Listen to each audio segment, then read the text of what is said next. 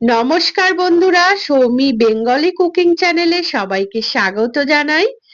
আপনি যদি আমার চ্যানেলে নতুন হয়ে থাকেন অবশ্যই চ্যানেলটিকে সাবস্ক্রাইব করে দেবেন।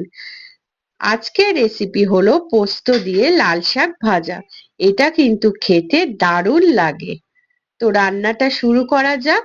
প্রথমে আমি লাল শাকটাকে ভালো করে জল দিয়ে ধুয়ে নিয়ে শাকটাকে কেটে নিয়েছি। তারপর কড়াই বসিয়ে কড়াইতে সর্ষের তেল দিয়ে দুটো শুকনো লঙ্কা ফোড়ন দিয়েছি। একটু লঙ্কাটা ভাজা হয়ে গেলে নাড়াচাড়া করে নিয়ে আমি একটা বড় সাইজের পেঁয়াজ কুচি তেলের মধ্যে দিয়ে দিলাম। পেঁয়াজটাকে একটু ভালো করে ভাজা ভাজা করে নিতে হবে। এইভাবে একবার লাল লাল শাকটাকে ভেজে দেখবেন, খেতে কিন্তু বেশ দারুণ লাগে। গরম গরম ভাতে খেতে অসাধারণ লাগে।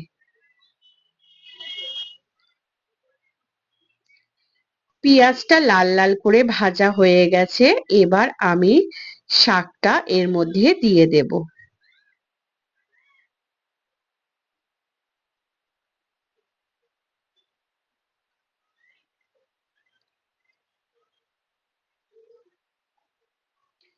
পুরো শাকটাই আমি ঢেলে দিলাম। এবার একটু ভালো করে নাড়াচাড়া করে নেব।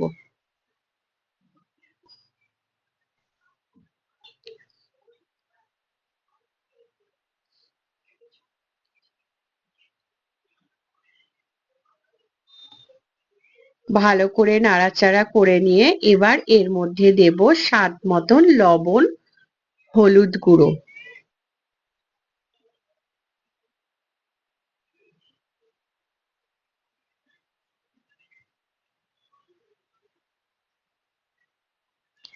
আবারও একটু নাড়াচাড়া করে নিলাম। এবার দেব চিনি। শাক ভাজাতে একটু মিষ্টি মিষ্টি না হলে ঠিক ভালো লাগে না। তাই এবার আমি এর মধ্যে 1 চামচ মতন চিনি দেব।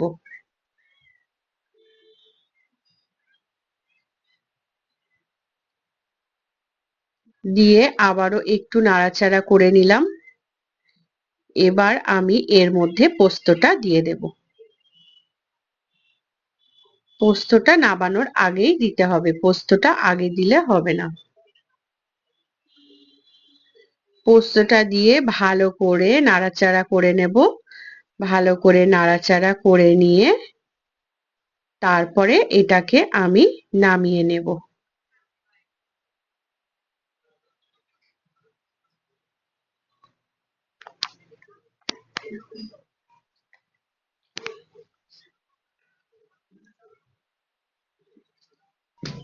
তো দেখতেই পাচ্ছেন আমার শাকটা পুরো রেডি হয়ে গেছে।